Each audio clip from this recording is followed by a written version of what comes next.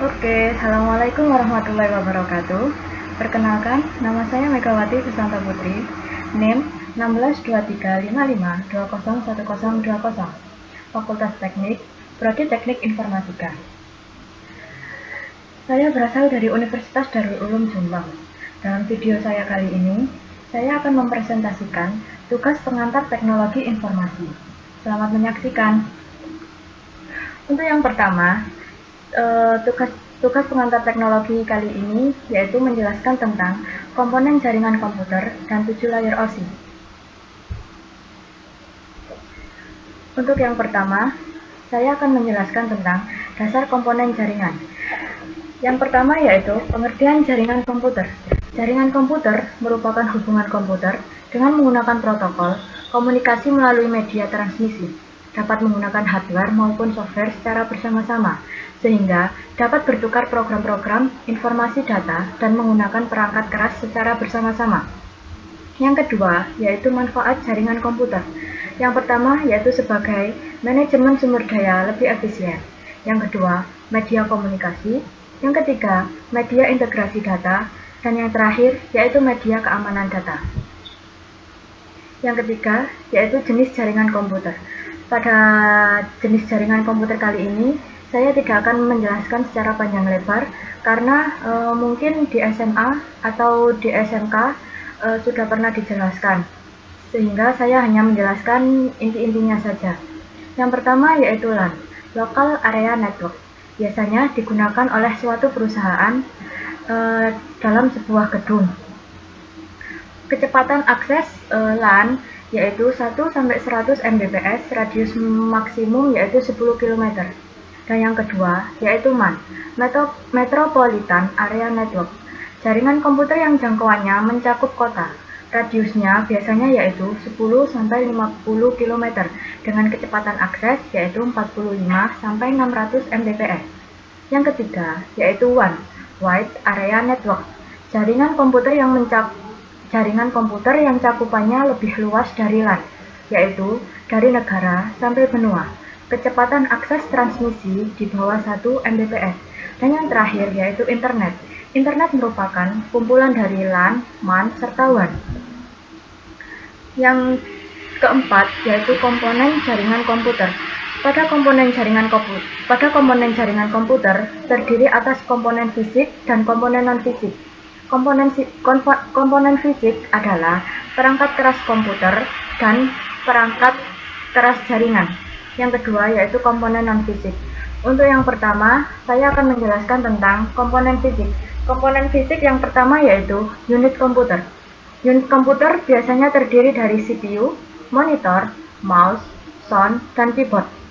Unit komputer ini bisa kita bagi menjadi dua tipe lagi, yaitu unit komputer untuk klien dengan spesifikasi sesuai kebutuhan standar dari user atau klien tersebut, dan komputer untuk server. Biasanya lebih besar daripada CPU klien, karena unit komputer server ini biasanya bekerja lebih ekstra. Dan yang kedua, yaitu kartu jaringan atau LAN card, Network Interface Card. LAN card atau biasa disebut sebagai Ethernet card merupakan salah satu komponen dasar pada jaringan yang berfungsi sebagai pintu keluar masuk LAN card berfungsi sebagai pintu keluar masuk dalam jaringan yang dari sebuah komputer untuk terhubung dengan perangkat jaringan lainnya. Yang ketiga yaitu kabel jaringan. Jika LAN card berfungsi sebagai pintu ke jaringan dari sebuah komputer, maka kabel jaringan ini berfungsi sebagai jembatan penghubungnya, yang berfungsi untuk menghubungkan satu komputer dengan komputer lainnya, atau dari komputer ke perangkat jaringan lainnya, seperti modem dan server. Yang keempat, yaitu tang krimping. Tang krimping ini berfungsi untuk memasangkan kabel UTP ke konektor RJ45 atau RJ11. RJ45 biasanya digunakan perangkat PC ke PC, PC ke router, atau router ke router. Sedangkan RJ11 biasanya digunakan untuk kabel telepon. Hub berfungsi untuk menghubungkan beberapa komputer atau jaringan lainnya pada satu network. biasanya digunakan dalam penambahan workstation dan penambahan jarak network. Fungsi dasarnya yaitu menerima sinyal dari satu komputer dan mentransmisikan ke komputer lainnya. Fungsinya hampir sama dengan switch, hanya saja pada hub proses pengiriman datanya berbeda dengan switch. Yang keenam, yaitu bridge. Fungsinya yaitu memperluas segmen jaringan atau membuat segmen jaringan. Yang ketujuh, switch. Switch hampir sama dengan hub seperti pembahasan sebelumnya. Tapi, switch biasanya juga disebut dengan smart hub. Bisa dibilang switch ini adalah upgrade dari perangkat hub karena mempunyai fungsi yang hampir sama, tetapi memiliki kelebihan dibandingkan dengan hub. Router berfungsi sebagai penghubung antara komputer yang satu dengan komputer lainnya dan perangkat keras lainnya. Fungsi spesifiknya adalah mengarahkan paket data atau informasi tertentu dari suatu jaringan ke jaringan lainnya. Di samping itu, router juga berfungsi menyaring data dan menentukan serta memilih jalur alternatif yang akan dilalui oleh data. Modem merupakan singkatan dari modulator dan demodulator. Modulator sendiri berfungsi sebagai melakukan proses menumpangkan data pada sinyal informasi ke sinyal pembawa agar dapat dikirimkan ke pengguna melalui media tertentu. Sedangkan demodulator sendiri berfungsi sebagai proses mendapatkan kembali data yang dikirimkan oleh pengirim. Secara keseluruhan, fungsi dari modem yaitu sebagai perangkat keras untuk komunikasi dua arah yang merubah sinyal digital ke sinyal analog, maupun sebaliknya untuk mengirimkan pesan atau data ke alamat yang dituju. Yang kedua yaitu pembahasan tentang komponen non-fisik. Komponen non-fisik terdiri dari dua, yaitu operating system untuk komputer serta protokol jaringan. Untuk operating system komputer bisa dibilang sebagai wadah dari aplikasi yang tertanam dalam sebuah komputer, yaitu sebagai kontrol antara perangkat lunak dan perangkat keras pada komputer. Protokol jaringan sendiri bisa diartikan sebagai aturan atau standar yang mengatur agar pengiriman dan penerimaan serta komunikasi dalam pertukaran informasi berjalan sesuai dengan yang diharapkan. Nah, penjelasan selanjutnya yaitu penjelasan tentang 7 layer OSI. Sebelum kita membahas tentang apa saja sih yang berada di layer OSI itu, lebih pentingnya kita mengetahui dahulu dasar-dasar. Apa sih layer OSI itu? Layer OSI merupakan model arsitektural jaringan yang dikembangkan oleh Badan Internasional Organization of Standardization atau yang disebut dengan ISO di wilayah Eropa pada tahun 1977. OSI nama kependekan dari nama aslinya, yaitu Open System Interconnection. Model OSI biasanya disebut dengan model 7 lapis OSI.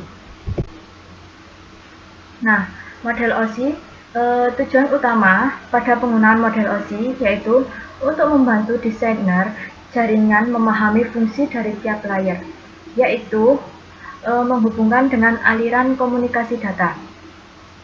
Model OSI sendiri terbagi menjadi 7 layer dengan karakteristik dan fungsinya masing-masing. Tiap layer harus dapat berkomunikasi dengan layer di atasnya maupun di bawahnya secara langsung melalui sederetan protokol dan standarnya. Ini merupakan urutan serta 7 layer OSI atau model OSI-nya. Ada application, presentation, session, transport, network, data link, dan physical. Nah, kali ini yaitu membahas tentang fungsi masing-masing dari tiap layer OSI. Yang pertama yaitu application. Application layer menyediakan jasa untuk aplikasi pengguna. Layer ini bertanggung jawab atas pertukaran informasi antara program komputer seperti program email dan service lainnya yang berjalan di jaringan seperti server printer atau aplikasi komputer lainnya. Yang kedua, yaitu presentation. Presentation bertanggung jawab bagaimana data dikonversikan dan diformat untuk transfer data. Contohnya yaitu konversi format teks ASCII untuk dokumen, GIF, dan JPG. Untuk gambar layar ini membentuk kode konversi, translasi data, enkripsi, serta konversi. Fungsi dari presentation sendiri yaitu untuk mentranslasikan data yang hendak ditransmisikan oleh aplikasi ke dalam format yang dapat ditransmisikan melalui jaringan. Yang ketiga yaitu session. Session layer menentukan bagaimana dua terminal menjaga, memelihara, serta mengatur koneksi. Bagaimana mereka saling berhubungan satu sama lain.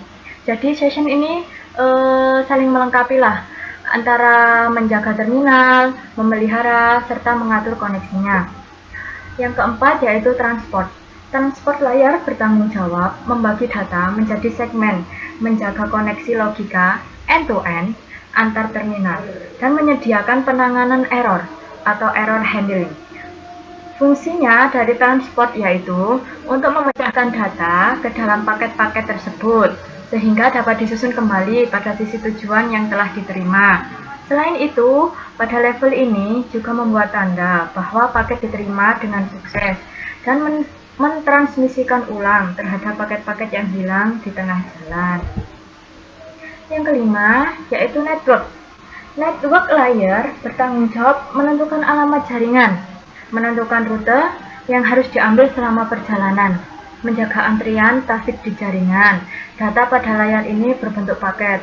Fungsinya network yaitu untuk mendefinisikan alamat-alamat IP, membuat header untuk paket-paket, dan kemudian melakukan routing melalui internet routing dengan menggunakan router dan switch layer 3. Yang keenam yaitu data link. Data link layer menyediakan link untuk data, memaketkannya menjadi frame, kemudian diangkut melalui media komunikasi dengan kartu jaringan. Fungsi dari data link sendiri yaitu menentukan bagaimana bit-bit data dikelompokkan menjadi format yang disebut sebagai frame. Selain itu, pada level ini terjadi koreksi kesalahan, flow control, pengalamatan perangkat keras menjadi pengalamatan perangkat keras.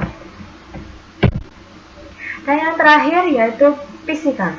Physical layer bertanggung jawab atas proses data menjadi bit dan mentransfernya melalui media, serta menjaga koneksi fisik antar sistem. Fungsi dari physical yaitu untuk mendefinisikan media transmisi jaringan, metode pensinyalan, sinkronisasi bit, arsitektur jaringan, topologi jaringan, serta pengkabelan. Selain itu, level ini juga mendefinisikan bagaimana network interface card dapat berinteraksi dengan media kabel atau radio. Terima kasih. Sekian presentasi dari saya. Kurang lebihnya saya mohon maaf. Wassalamualaikum warahmatullahi wabarakatuh.